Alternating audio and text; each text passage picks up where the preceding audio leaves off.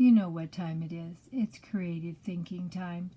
And I want to share with you my awesome friend from Creative Thinking. She's a wonderful channel, and I want you to go over and check her out. She comes up with some very creative little ways to save money. The most important thing about saving money, making the commitment to yourself, and open that savings account and put something in every week, at least $5. And I know that doesn't sound like much, but something's better than nothing. If you can afford more, but put something. Let's see what Grandma did this week. You can see the quilts out. That means we're going to be saving some money. Yes, we are. It is creative thinking time, and we have to think of creative ways to think of how to save a little bit of money. There's lots of ways you can save money and not even realize it and make life easier on yourself. But first of all, before you do any of that, you got to make a commitment to yourself. Go to the bank, open a savings account. And that savings account, you're only going to know it's there when it's time to put money in. Don't be going up there and getting money for you can get a cup of coffee from Starbucks. That's not what the savings account's for. It's for really for things you need and things that really have to be purchased or fixed. So let's see what Grandma did this week on her savings. Okay, I'm just going to do this real quick today in big bills because I want to get into saving and planning for your future. Okay, we got $50 here and $50 here. Brings my total to $100. And this is what I've saved since January.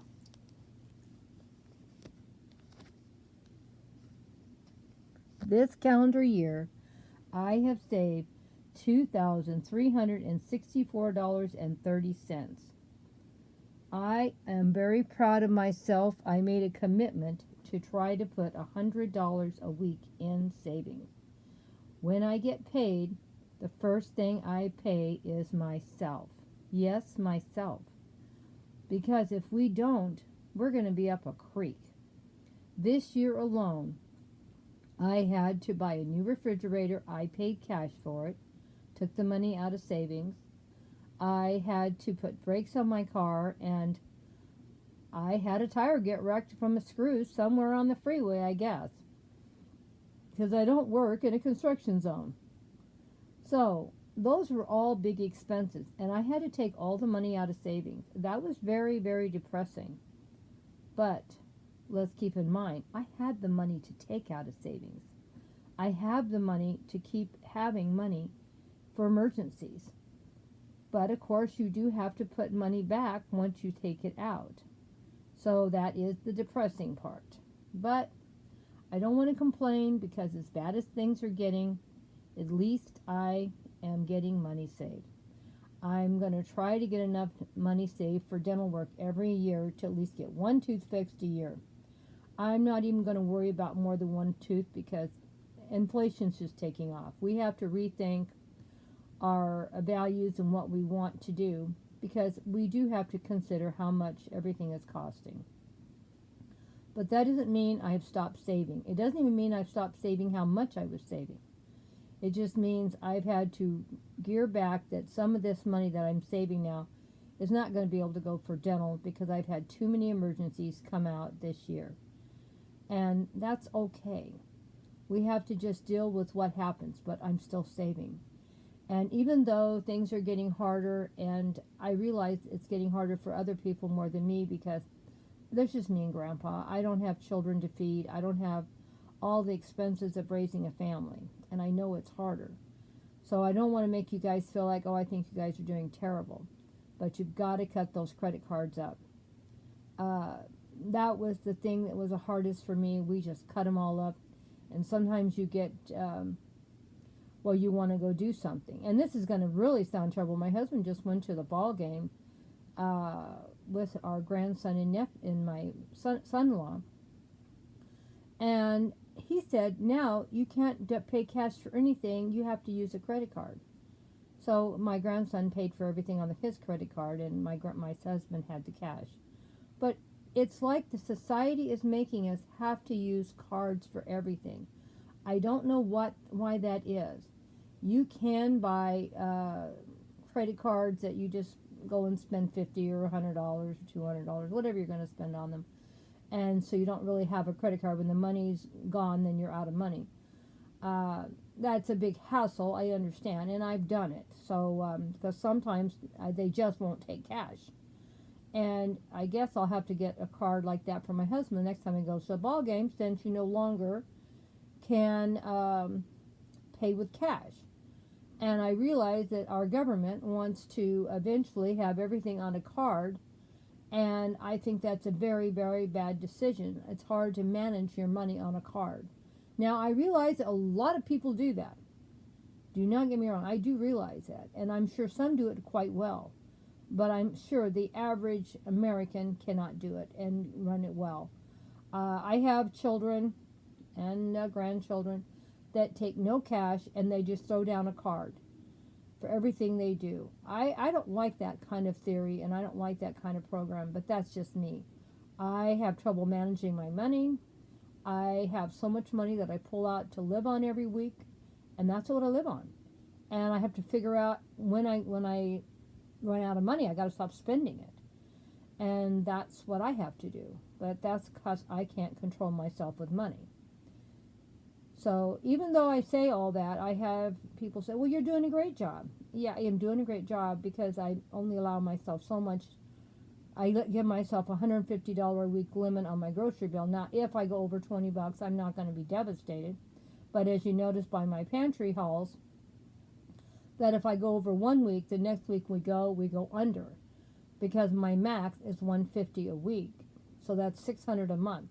Now, I also understand I could probably eat a lot cheaper than I eat, because I buy things that we like, and sometimes they're not cheap.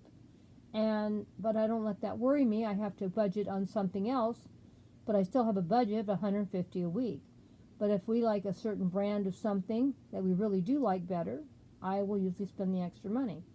But if I have a store brand that tastes just as good, and sometimes even better, so always try the store brands. Because I like to get Hunt's tomato sauce. And I found out that the store brand of Stater Brothers tomato sauce tastes even better than the Hunt's. That I like it better, at least. And I'm paying a lot less money. So don't think store brands are always bad either. But you do have to be cautious of how you spend your money.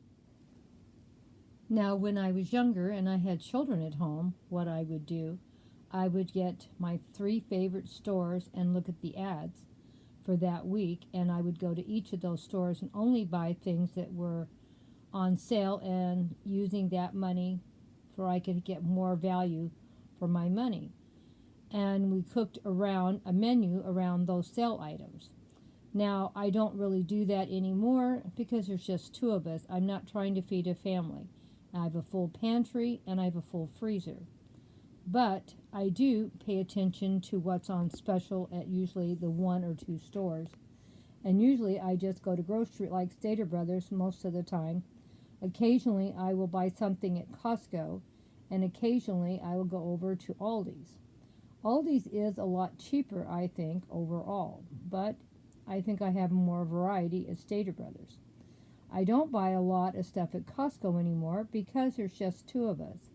So we don't need to buy in bulk. But if you're a family, that may be important. But also make sure you check the prices, because there are some things cheaper at Aldi's than even at Costco, if you can believe it, and you don't have to buy in bulk.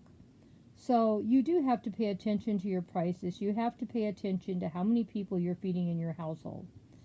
You're not saving any money if you're throwing food out. And when you just have 2 people, buying at Costco may not be cost effective.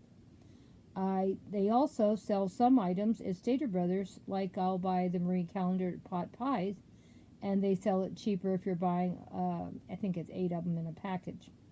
And I'll buy the corn dogs in a package, and I'll buy things like that. But I don't buy that many things like that, but those are things that we do eat and my husband likes, and in the long run it is cost effective to do that. I may spend I don't know what it is now, $12, $14 for 8 Marie Calendar pot pies, but that's 4 dinners for 2. Now, in a family, maybe that would be not cost effective, but when you have just 2 people, it is. So you have to figure out what's cost effective for your family and your family size and what you're going to eat and how much food are you going to throw away and how much, like when I was feeding all my family, we did a lot of one pot meals like Spanish rice. But when I say Spanish rice, there's meat in that, there's vegetables in that. It was a full meal, and that's how we cooked because I've always worked. So there's lots of ways that you can stretch your dollar for food just by how you prepare your food. And rice and beans do stretch your menu a lot, and you can make like a big pot of bean soup and throw vegetables in it, and you've got a balanced meal. And you could throw some barley in there, or some rice, or some potatoes. So you can stretch that meal out to feed a family of 4 to 6 and still be on a budget, even in these inflationary times. So I don't want you to worry. There's ways to get around it. There's ways to live and still live comfortably, even as bad as things are right now. You might be eating a lot more beans and rice, but you could have a full stomach. You may not be going out to eat at restaurants much anymore because it's going up really bad too. So remember, you can cook a good meal at home and still maybe afford to go to a first early show at the theater. There's lots of ways to still get out of the house and have a good time. We have a camp membership. Sure, I do pay money for that quarterly, but we can go up there and do lots of things with the grandkids and not be putting out a lot more money. We're going to a place where they have a water park, they have paddle boats, they got swimming, they got miniature golf, they got all those things included in my membership.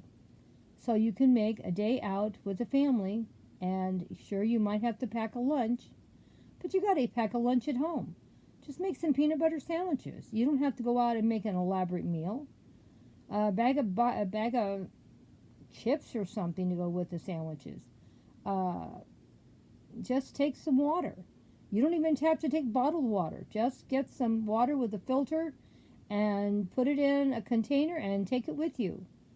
There's lots of things you can do that makes life easier and still save some money. But before you do anything, pay yourselves, guys. It's important to pay yourself.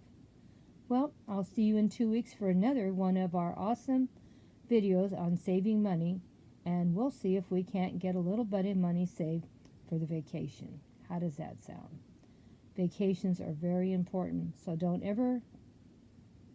think you need one. We all need a vacation.